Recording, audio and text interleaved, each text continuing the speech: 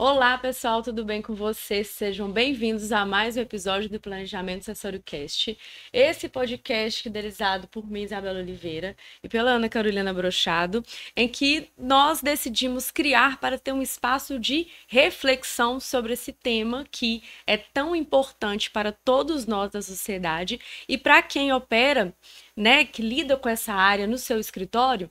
É importante pensar nessa temática, se aprofundar, quebrar algumas objeções para que a gente consiga efetivamente prestar um bom serviço para o nosso cliente. E no episódio de hoje temos aqui um convidado, ele que se chama Bruno Lever, vulgo Boy Magia, e o chamo assim porque ele é meu marido, mas para além disso, ele é um excelente advogado, gestor educacional, ele que está à frente do curso de Direito como diretor da FUPAC Nova Lima. Sem mais delongas, Bruno, se apresente, seja muito bem-vindo ao nosso episódio. Nós estamos muito felizes aqui em te receber para falar de um tema importante que é a advocacia moderna. Como ser um advogado do século XXI atuando no planejamento sucessório? Bruno, conta pra gente. Primeiro eu quero dizer da minha alegria e da minha honra de estar aqui, porque professora Ana Carolina Brochado, professora de todos nós, grande referência do direito de família. Me chama de velha não, Bruno. Não. É o conhecimento. Sabedoria. Sabedoria. Inclusive professora de gente muito mais velha que você, não tem dúvida. Eu tô brincando. E da Bela, né, minha esposa amada, dizer que é uma alegria contar com a confiança de vocês para estar aqui hoje conversando sobre esse tema, que é tão importante, tão atual e tão desafiador, né, Ana? Isso aí, é o direito de família na prática, né? O casal jurídico aqui conosco hoje, exatamente. Né?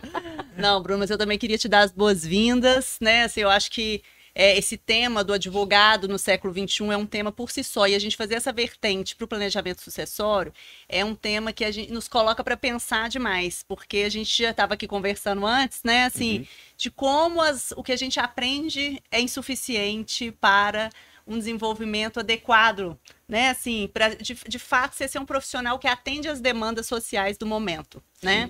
Me conta aí um pouquinho pra gente, Bruno, qual que é a sua visão sobre esse assunto, né? Quais são as habilidades e as competências que o advogado precisa de ter hoje em dia? Então, Ana, tem um livro muito interessante, que eu acho que ele é uma referência legal para a gente começar a conversar. Ele se chama Por que os generalistas vencem em um mundo de especialistas, do David Epstein. E ele vai um pouco contra, às vezes, o senso comum de que eu preciso de uma hiperespecialização para me destacar, né? E por que ele vai um pouco contra esse senso comum? Porque o mundo mudou. Quando a gente pensa no mundo de século XIX, século XX, fazia sentido a figura do hiperespecialista, aquele sujeito que sabia tudo de um determinado assunto. Por quê? Porque o acesso à informação era difícil. Então, era interessante ter pessoas que eram verdadeiras enciclopédias ambulantes, sabiam tudo daquele assunto, né?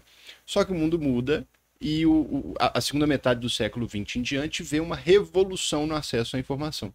Hoje o desafio já não é ter acesso à informação. Quando o cliente chega no nosso escritório, normalmente ele já vem para uma segunda opinião, porque a primeira ele já teve no Google. Ele já tem uma ideia do que se passa com ele, né? Sim. E isso torna a nossa atividade muito mais desafiadora, porque os problemas a serem resolvidos hoje são problemas muito mais complexos, né?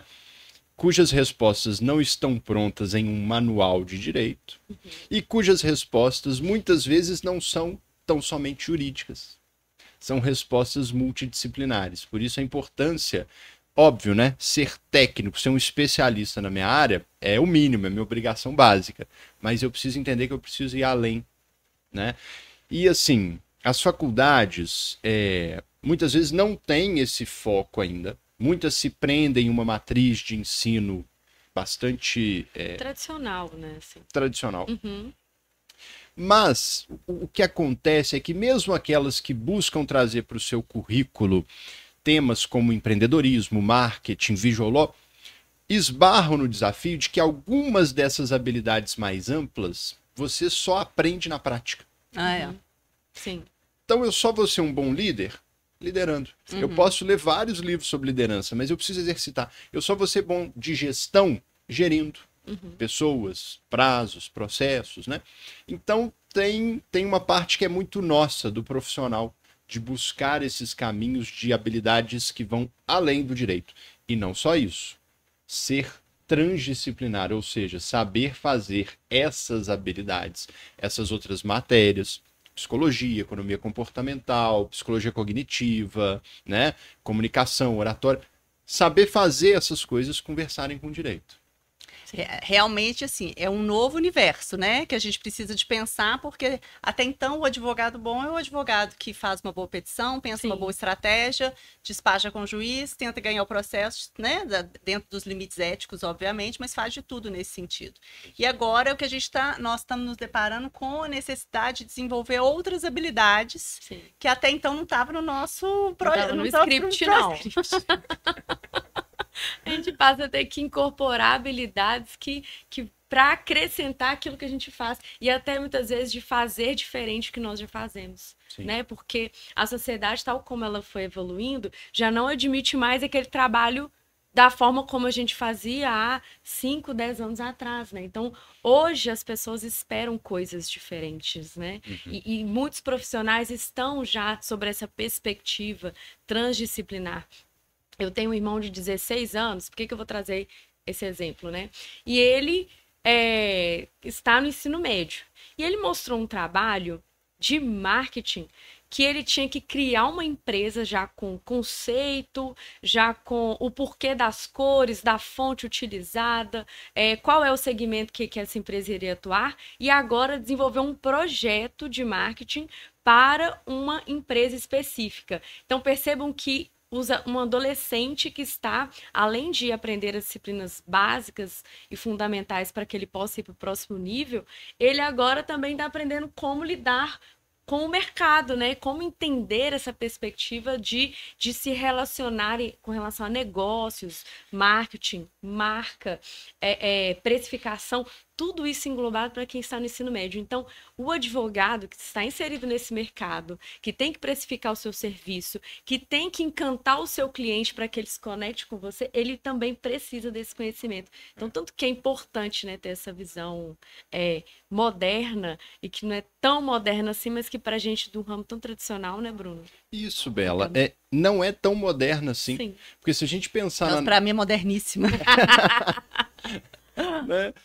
Se a gente pensar no quanto que o direito ele exige de nós a adaptabilidade, e por que isso, né? Também voltando a esse livro que eu mencionei. Lendo esse livro, eu fiz uma reflexão e pensei o seguinte: entre jogar xadrez e lutar uma guerra, a nossa atividade de advogado está mais próxima de lutar uma guerra. Sim. E não é no sentido belicoso da coisa, não, né? É no sentido estratégico. Enquanto o xadrez, ele está num campo que a gente chama, que a psicologia chama de um campo de aprendizagem generoso, onde as regras são claras, os feedbacks são imediatos. Então eu sei dentro de quais regras eu posso fazer movimentos, né? Se eu erro um movimento, imediatamente eu entendo as consequências negativas daquele movimento. Então eu vou me ajustando, né? É igual jogar basquete. Eu errei a força, eu vou ajustando. Então a repetição, a prática deliberada, me melhora enquanto profissional. Sim. Tem aquela teoria das 10.000 horas e tudo mais. Mas o direito não está nessa área. Ele não está nesse campo.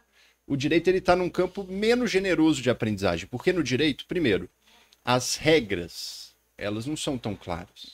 O que a gente consegue garantir para o nosso cliente? Não, nada. Hoje em dia, nem regra de procedimento. Nada, exato. Nem a regra de procedimento que deveria né, trazer uma segurança. Falei isso hoje com o cliente. Então, a mera repetição de atos na advocacia não necessariamente me torna um profissional melhor.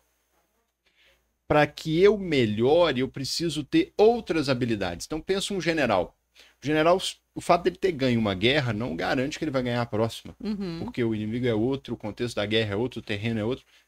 Cada caso nosso é um caso diferente. Então, cada desafio exige de mim habilidades que não necessariamente eu aprendi porque eu já passei por algo parecido ali atrás. Esse campo, ele não traz feedbacks tão imediatos, né? Os feedbacks nem sempre são seguros. Tem muito tapinha nas costas, legal, que não quer dizer que você está fazendo um bom trabalho. Né?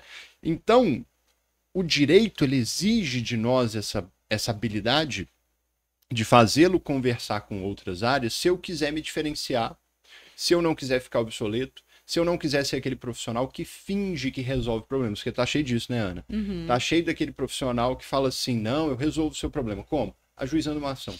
Sim. Sempre a resposta é essa. Sempre. Criando uma holding pro seu planejamento Não é? sucessório. Né? Sem ser aquela Soluções, às vezes, que não vão resolver o problema. Né? Eu já tive vários casos no escritório que ajuizar uma ação significava o fim daquele cliente, se precisasse ir para o judiciário. E que a gente teve que buscar outros caminhos. Né? Vou dar um exemplo muito rápido. Um cliente que comprou um imóvel na planta, pagou 1,5 milhão, a consultora quebrou. Assim, quebrou não, situação financeira dificílima. E falou, não vou construir. E tinha só o terreno. E aí ele veio e queria ajuizar uma ação. Só que a consultora, 500 milhões de processos. Os sócios tinham patrimônio nenhum. De que ia adiantar uma ação? O que nós fizemos? Fomos atrás de uma outra construtora, né? Fizemos uma reunião entre todos e perguntamos, olha, o que vocês acham de ela assumir esse empreendimento? Né? Era um empreendimento interessante, já com a obra aprovada, com o projeto aprovado na prefeitura, etc. E aí nós conseguimos fazer uma cessão desses direitos. Né? A consultora que estava em dificuldade falou, olha, eu fico com o dinheiro do que eu vendi até aqui, mas tinha vendido só 20% dos apartamentos. A nova que veio falou, eu assumo o restante da obra e fico com as vendas das outras unidades. Pronto, tá resolveu o problema. Então é nesse sentido. Se eu fosse usar a solução de sempre, ajuizar uma ação, eu não teria resolvido o problema desse cliente. Eu seria Tem mais que ser criativo, né? Tem que ser criativo. Tem que ser criativo, ter capacidade de ler o contexto, as circunstâncias do contexto em que eu estou e tomar decisões a partir dali. É por isso que o direito se aproxima mais desse general numa guerra. Né? E aí eu não melhoro necessariamente pela prática reiterada. Eu melhoro buscando essas outras habilidades que, junto com o direito, vão me tornar um profissional diferente. Mas assim, eu acho que a experiência ajuda, né, Bruno? Não, a experiência sim. A questão é que a experiência na advocacia, ela se adquire diferente. Ah, sim, entendi o que você está querendo dizer. Sim. Né?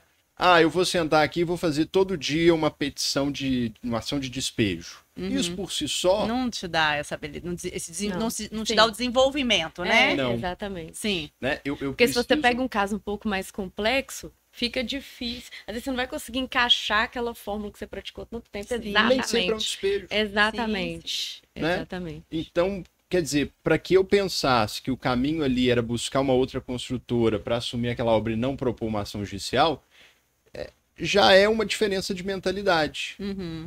Que muitas vezes o profissional não tem, né? Ele fica muito num raciocínio binário ou do tudo ou nada, né? Do tudo ou nada. Com certeza. Exatamente. Mas aí, o pulo do gato, Bruno. Assim, como desenvolver isso hoje em dia? Assim, na sua visão até de gestor educacional, né? Assim, porque hoje algumas faculdades estão procurando ampliar esse olhar. Sim. Mas e para o profissional que já está formado, né? Como que a gente pode pensar nisso? Pensar fora da caixa, né? Pensar fora da caixa.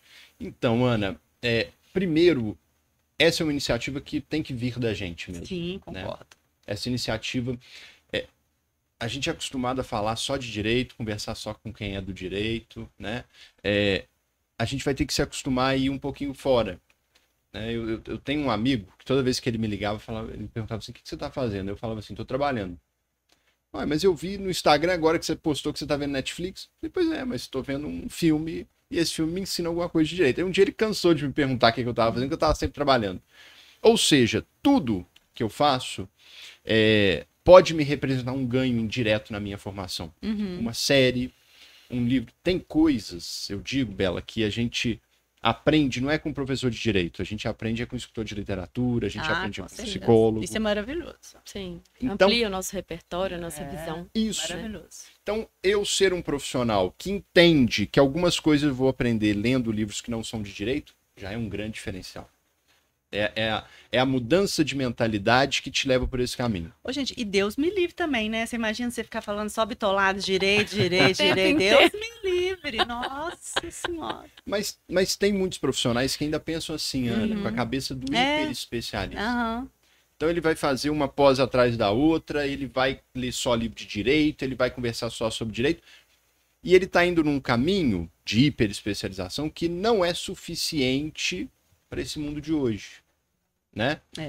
Porque é o que Bela falou, nesse mundo de hoje, principalmente para o empreendedor, eu tenho que entender um pouco de marketing, eu tenho que ser bom de comunicação, eu tenho que ser bom de trabalho em equipe, de negociação. Sim. Uma das regras mais interessantes de negociação que eu aprendi, que eu uso, que é muito efetivo, eu aprendi com Machado de Assis. Tá vendo? Espetáculo. Machado de Assis, num livro dele, que é o Isaú e Jacó, que a gente estava conversando, ele fala num trecho de um sujeito que ele queria muito uma coisa, mas aquilo estava bem escondidinho. E aí, conversando com os outros, ele cedeu.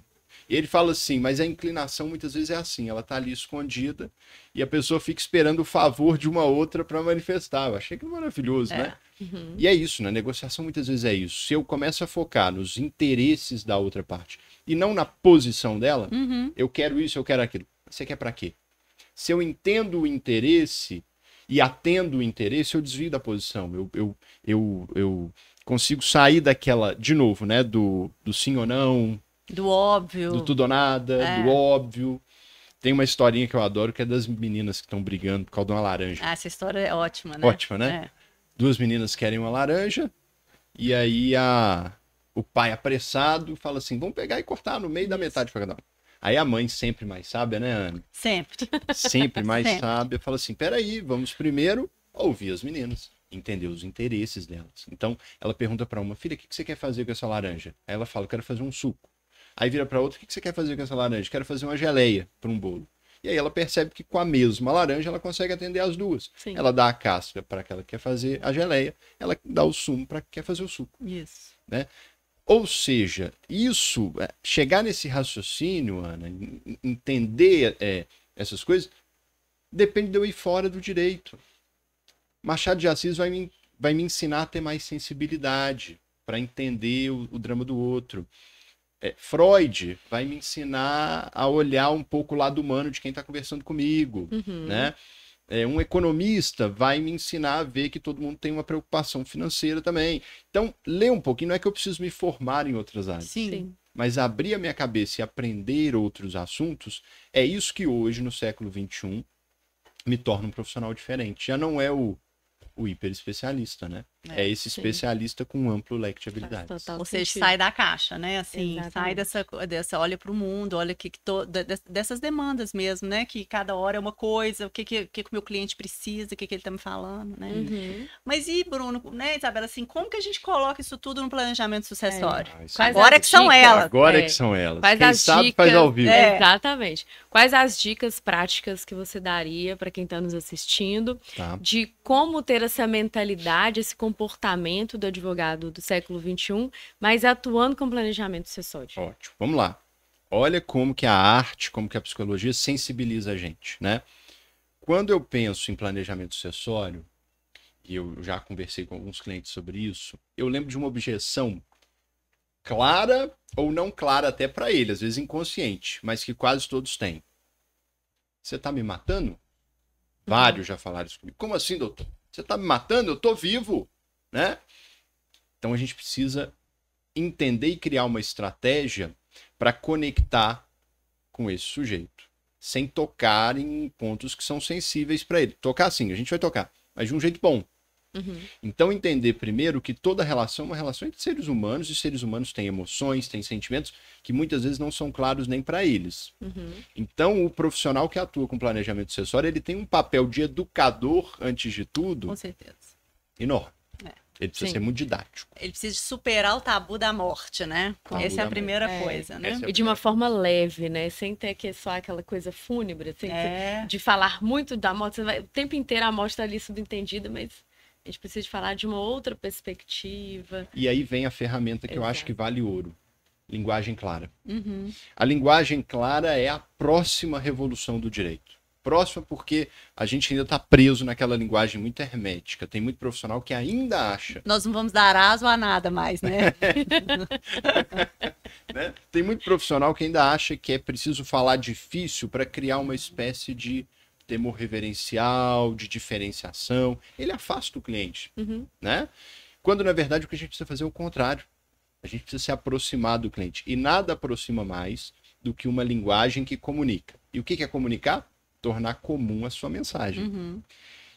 Se eu quero convencer alguém, a primeira coisa que eu preciso fazer é me ser entendido, né? É ser entendido. Então, eu já vi petição inicial de 5 páginas, simples, nocautear a contestação de 30 páginas com citação de doutrina alemã. Por quê? Porque aquela petição simples, ela fez o que a contestação não fez. Ela vai ser lida, né? Primeira Exato, coisa. Ela foi lida, ela foi entendida. Porque a gente precisa também, com a linguagem, valorizar o tempo das pessoas, né? Sim. Então, seja o tempo do judiciário, seja o tempo do cliente, ele quer algo que ele consiga entender de forma rápida. Isso. É o ativo mais importante Com dos últimos certeza. tempos, é o tempo. Com né? certeza. E aí, não estamos falando de forma nenhuma em banalizar, Claro, em usar não. coloquialismo. É ser técnico, mas é ser claro. E a regra é adequar a minha linguagem ao nível de compreensão do meu interlocutor. Se eu vou palestrar para ministros do Supremo, eu vou despachar, eu vou gastar todo o meu latim, né? Vou usar o melhor do meu vocabulário jurídico. Mas se eu vou conversar com um cliente que é leigo, a minha conversa é outra. Sim. Eu não vou falar com ele de súmula, né? Eu vou explicar, mas eu não vou usar o termo súmula. Eu falo isso, Ana, porque foi um dos primeiros casos da minha carreira. 2 meninas chegaram no escritório, muito angustiadas, porque elas tinham 2 cachorrinhos de estimação e o síndico bateu na porta delas e falou assim, ó, o regimento só permite 1 animal por apartamento. Então vocês vão ter que desfazer de algum cachorro. E aí elas estavam muito aflitas, muito angustiadas, foram lá no escritório, bateram um papo comigo, passei a proposta. E elas, obviamente, foram consultar outros advogados. Dali a uma semana voltaram, fecharam comigo, mas quiseram me explicar por que fecharam comigo. Elas disseram que logo depois que reuniram comigo foram num outro advogado. E a primeira coisa que aquele advogado disse para elas que não tinha uma tal de súmula sobre aquele assunto. O que significava que elas iam perder. E elas ficaram sem graça de perguntar o que era súmula, saíram de lá sem saber o que era súmula. E que ele virou para elas e disse o seguinte, olha, nesse caso aí, como é muito provável que vocês vão perder, eu acho que vocês já deviam ir pensando um dos 2 cachorrinhos para desfazer. Às vezes tem um mais velhinho, tem um Isso aí doente. é cruel, né? Né? Empatia ali nenhuma. E aí elas lembraram da experiência que elas tiveram comigo. Né? Quando elas chegaram no escritório, começaram a contar o caso, a primeira pergunta que eu fiz, Ana, como é que é o nome dos cachorros? Deixa eu ver uma fotinha deles. Elas começaram a mostrar e tal. E elas falaram de uma coisa que marcou elas muito. Eu virei para elas e falei assim, olha, não passem pelo sofrimento emocional de achar que vocês têm que desfazer de um dos cachorros. Porque eu sei que para muitas pessoas o cachorro é como se fosse um filho, é um membro da família. Vocês cogitem de mudar de apartamento, mas não cogitem de desfazer de um deles.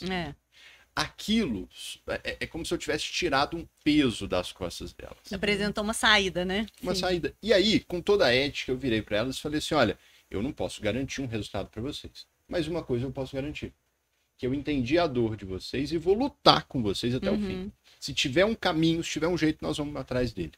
E aí nós fizemos uma ação para anular aquela cláusula do regimento interno, porque proibir a priori, isso não é possível, né?